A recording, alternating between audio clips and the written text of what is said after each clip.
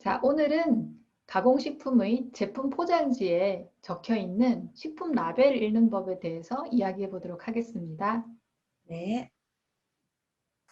네, 식품 라벨이란 원재료명부터 내용량, 제조 일자, 영양 성분, 주의사항까지 가공식품에 관한 정보를 표시한 것인데요. 여기서 우리가 꼭 확인해야 하는 두 가지가 원재료명과 영양 정보입니다. 농산물, 축산물 같은 자연식품이나 지난번에 말씀드린 표시 제외 대상인 반찬 가게 반찬, 빵집의 빵 등을 제외하고는 거의 모든 가공식품에 필수적으로 표시해야 된다고 보시면 됩니다. 예, 영양 성분 함량을 보실 때에는 여기 적힌 부분을 유의하셔서 보셔야 해요. 예, 제품별로 이 식품 내용량 전체에 대해서 표시한 경우도 있지만 1회 제공량을 따로 표시해 놓고 그 1회 제공량에 대한 함량만 표시한 경우도 있거든요. 그런데 소비자는 내용량 전체에 대한 함량이라고 착각하기 쉬워서 이 부분을 꼭 확인하셔야 합니다. 영양 성분 중에는 의무적으로 표시해야 되는 영양 성분이 9가지가 있는데요. 그 9가지는 여기저기 열량, 그리고 탄수화물, 그리고 그 탄수화물 중에서 당류, 그다음 단백질, 그리고 지방, 지방 중에서 포화지방, 그리고 트랜스지방, 콜레스테롤, 나트륨 이렇게 9가지가 의무 표시되게 되어 있습니다. 각 9가지 영양 성분 중에서 그 영양소의 하루 섭취 기준치 대비 몇 퍼센트인지도 표시하게 되어 있어요. 예를 들면 단백질은 1회 제공량당 5g이라고 되어 있는데 이게 하루 섭취해야 되는 단백질의 8%를 섭취하는 것이라고 표현되어 있는 거죠. 다만 이 열량과 트랜스 지방에 대해서는 그 영양소 기준치에 대한 비율 표시를 제외하게 돼 있어요. 트랜스 지방 같은 건 일일 섭취 기준치라는 게 없고 줄이면 줄일수록 좋은 것이니까요. 네, 그리고 제품의 영양적인 기능을 강조하기 위해서 추가로 표시할 수 있는 영양 성분이 있어요. 예를 들면 칼슘, 철, 비타민 C 이런 것들이 있죠. 강조 표시를 하고자 하는 영양 성분에 대해서 명칭, 함량, 그리고 영양소 기준치에 대한 비율을 표시해야 합니다. 영양 성분표 외에 뭐 무지방, 저칼로리, 뭐 비타민 C 첨가 이런 식으로 칼슘 강화 업체에서 자랑하고자 하는 그런 영양 성분을 포장에 표시할 수도 있어요. 정부가 정한 용어의 그 해당 기준에 따라서 써야 되는데요. 예를 들면 저나트륨, 뭐 무지방, 무설탕, 고칼슘 이런 용어들을 쓸 수 있습니다. 자, 영양 성분표 못지않게 중요한 것이 아니 어쩌면 더 중요한 것이 원재료명일 것 같아요. 원재료명은 말 그대로 이 식품을 만드는 데 있어서 어떤 재료를 썼느냐를 표시한 거죠. 원재료명을 볼 때 꼭 알아야 할 원칙을 네 가지로 정리해 봤는데요. 첫 번째, 함유율이 높은 순서로 적게 되어 있기 때문에 처음에 나오는 이렇게 세 가지 내지 네 가지 주로 쓰인 성분이 무엇인지 보셔야 돼요. 그리고 두 번째, 굵고 크게 쓴 글씨는 그 제조업자가 자랑하고 싶은 부분이겠죠. 반대로 작고 흐릿한 글씨는 제조업자가 좀 감추고 싶은 성분을 의미할 수 있으니까 소비자는 그 작고 흐릿한 글씨를 사실 더 주의 깊게 봐야 되는 것 같아요. 세 번째, 내가 아는 성분인지 모르는 성분인지 확인해 보시는 게 좋겠어요. 보통 한글로 되어 있고 내가 마트에서 구할 수 있는 것들은 원재료일 거고요. 아니면 내가 모르는 단어 또는 영어로 표기되어 있고 마트에서 쉽게 구할 수 없다라고 생각하는 것들은 첨가물일 수가 있어요. 모르는 게 많으면 많을수록 가급적 그 제품은 선택하지 않는 것이 좋겠습니다. 네, 그리고 아까 영어가 많을수록 첨가물일 가능성이 높다고 했는데 한글이나 한자로 되어 있더라도 무슨 베이스, 무슨 증진제, 복합 어쩌고 이런 것들은 대부분 인공 조미료를 좀 다르게 표현한 말이니까 이건 역시 주의하셔야겠습니다. 네, 이 네 가지 기준을 가지고 영양 정보와 원재료명을 한번 살펴볼 텐데 보통 어린이집 간식에 자주 나오는 것들로 한번 찾아봤어요. 네, 첫 번째 시리얼입니다. 아, 네. 옥수수가 제일 먼저 나와 있네요.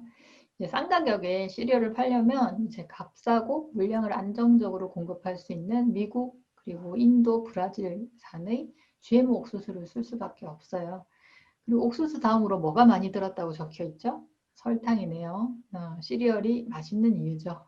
설탕이 조금 글씨가 작아요. 옥수수나 다른 거에 그렇죠. 비해서. 예, 잘 보셔야 됩니다. 이제 그리고 여기 비타민, 무기질 같은 것들이 막 많이 있어서 소비자들이 이렇게 현혹하고 있는데, 게다가 이게 뭐 25% 비율에 이 속지 마르셔야 돼요. 이 비율보다 중요한 거는 사실 흡수율인데, 이 시리얼에 흡수율이 좋은 원료의 영양제를 넣었을 리가 없거든요. 이런 비타민들이 우유에 잘 녹게 하기 위해서는 이 유화제를 써야 되는데, 여기 보시면 글리세린, 그리고 글리세린 지방산 에스테르, 이게 유화제 역할을 한다고 해요. 이거는 DHA나 칼슘을 첨가하는 일부 기능성 우유에도 첨가한다고 합니다. 이게 비타민을 넣으려고 유화제를 또 넣어야 하는 아이러니한 상황이 생겨버리는 거죠. 네, 그리고 여기 이걸 잘 보셔야 된다고 아까 말씀드렸는데 총 내용량은 600g이지만 1회 섭취량은 30g으로 정의를 해서 그 30g당 함량을 적고 있어요. 보시면 당류가 9.5g으로 돼 있죠. 거의 10g이라고 얘기를 할 수 있는데 우리가 시리얼 30g 이렇게 재보셨나요? 30g만 먹지 않거든요. 보통 리필 한 2번 하잖아요. 그리고 30g으로 한정한다 해도 10g이면 간식으로 먹기에 좀 아이들이 먹기에는 좀 많은 양이라고 볼 수 있고요. 이걸 그냥 먹지 않잖아요. 우유에 말아 먹으니까 우유 유당까지 하면 한 번 간식으로 섭취하는 당류가 많이 높아지는 거죠. 지난번 음료수 편에서 저희가 아이들 일일 섭취량 그리고 한 끼 섭취량을 소개한 바가 있으니까 한번 보시면 좋겠어요. 예, 그 다음으로 자주 나오는 간식이 요거트인데요. 이제 유산균 섭취 목적으로 먹는 요거트인데, 시판 요거트는 유산균보다 다른 것들이 더 많이 들어가 있는 것 같아요. 원래 요거트는 우유를 발효시켜서 유당을 줄이고 유산균을 늘려서 몸에 이롭다고 하는 것인데 시판 요거트는 원유뿐 아니라 여기 보시다시피 탈지 분유를 쓰기도 하고 또 설탕과 향료가 듬뿍 들어간 형태로 만드는 경우도 많아요. 그래서 시판 요거트를 고를 때는 원유의 함량과 첨가물을 잘 따져서 고르시는 게 원래 우리가 요거트를 섭취하고자 하는 목적에 잘 부합하는 것 같습니다. 예, 왼쪽의 제품을 보시면 이 변성 전분이나 덱스트린 같은 것들은 요거트의 그 점성을 걸쭉하게 만들어주는 첨가물이고요. 그리고 이게 요거트가 하나에 85g이거든요. 근데 당류가 이미 11g입니다. 장 건강을 위해서 먹는 식품인데 장 건강을 해치는 설탕 그리고 첨가물이 이렇게 많이 들어간다는 게 또 아이러니한 거죠. 예, 가능한 원유 99% 이상 유산균만으로 발효한 요거트를 사 먹는 게 좋을 것 같아요. 여기 보시면 안정제를 넣지 않았다라고 쓰여져 있는데 이게 변성 전분이나 덱스트린 같은 첨가물이 없다라는 뜻이에요. 요거트 점도가 좀 묽을 수는 있는데 먹는 데는 아무 이상이 없어요.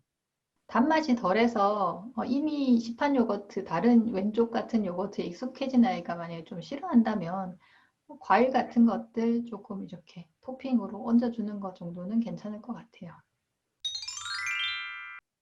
예, 그 다음은 주스예요.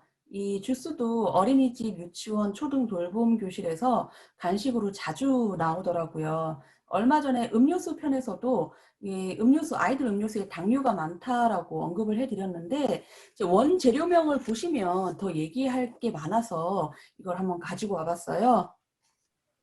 자, 우리가 100% 오렌지 주스라고 하는 거를 믿으면 안 돼요. 물론 오로지 오렌지만 갈아서 만든 진짜 100% 주스도 있긴 해요. 그런데 종류가 좀 적고 비싸죠. 자, 그래서 우리가 아주 자주 볼 수 있는 100% 오렌지 주스라고 하는 것들은 대부분 오렌지 농축액을 물과 섞어서 만든 것이에요. 이런 걸 환원 주스라고 하는데요. 오렌지 과즙을 펄펄 끓여서 졸인 농축액을 물에 타는데 물 90%에 이 농축액 10%를 타도 100% 오렌지 주스라고 표기가 가능하다는 겁니다. 그럼 좀 상식적으로 생각을 해봐도 과즙을 오랜 시간 이렇게 가열했다는 데서 뭐 비타민, 무기질, 식이섬유, 뭐 과일 향 이런 게 남아 있을 거라는 생각이 안 들거든요. 그리고 이렇게 끓여버릴 건데 원료가 되는 오렌지를 상급의 과일을 쓸 필요가 전혀 없겠죠. 그러니까 합성 향료가 들어가게 되고요. 여기 나와 있는 제품에는 없지만 일부 제품에는 설탕이 들어갑니다. 또 무설탕 표기를 위해서 설탕은 안 들어갔지만 액상과당이나 기타 감미료가 들어갈 수도 있는 거죠. 여기 비타민 C는 아주 적게 마지막에 적혀 있는데요. 이게 내가 영양을 위해서 넣었다고 착각하시면 안 되고요. 산화 방지제 일종으로 들어가 있다고 보시면 됩니다. 네, 그리고 여기 일회 제공량을 다시 한번 살펴볼까요? 이거는 아마 페트병 오렌지 주스를 따온 것 같은데요. 총 내용량은 1800ml라고 돼 있지만 여기에 표시된 거는 100ml당 당류가 10g이다 이렇게 표시를 하고 있는 거예요. 그런데 저희가 종이컵 한 잔이 180ml거든요. 꽉 채우면 200ml 정도는 돼요. 그 한 잔을 마시면 이미 당류 210g을 먹었다라고 생각하는 게 맞습니다. 하고 싶은 말이 너무 많아서 또 영상이 길어져 버렸어요. 다음 편을 기대해 주세요.